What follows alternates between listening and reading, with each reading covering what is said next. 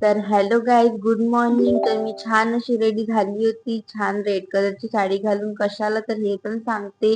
तर आम्ही चाललोय नागपूरला, आमच्या कुलदेवीच्या मंदिरात, कोराडीला, महालक्ष्मीच्या मंदिरात. तर मग आम्ही निघालो. तर निघता निघता मग मी एक स्प्राईट घेतली होती, कारण गरमी इतकी आहे. तर सो पाहिजेच, तुम्ही समजू शकता.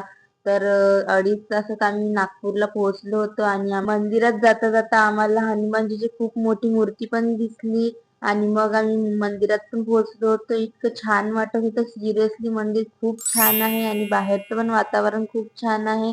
आणि मग आम्ही निघालो होतो मंदिरात जाण्यासाठी. आणि तर कमळाचे फुल ते इतके सुंदर, तर मी याला घ्यायलाच लावले होते की घेऊन घे.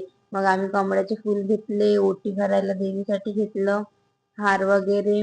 मग आम्ही गेलो मंदिरात. आणि ऊन तर इतकी होती, बापरे, पायाला इतके चटके लागले. पण जाऊ द्या, दर्शन पण छान झाले, कारण दुपारून जास्त लोक नव्हते, गर्दी नव्हती. आमचं एकदम निवांतपणे दर्शन झालं. तुम्ही पण कधी कोराडीला या, इतकं छान मंदिर आहे, पूर्ण चांदीचं आहे अंदरून. आणि नवीन लग्न झाल्यावर तर आपल्या कुलदेवी कुलदेवताकडे जावंच लागते. आणि जाता जाता आम्ही छान भेल पण खाल्ली, एक नंबर होती. आणि आमचं तिथेच आत्याचं पण घर आहे याच्या, तर आम्ही तिथे रेस्ट केला, थोडं जेवण वगैरे केलं. आणि मग आम्ही संध्याकाळी निघालो होतो घरी जाण्यासाठी. आजचा व्लॉग इथंच संपते. बाय.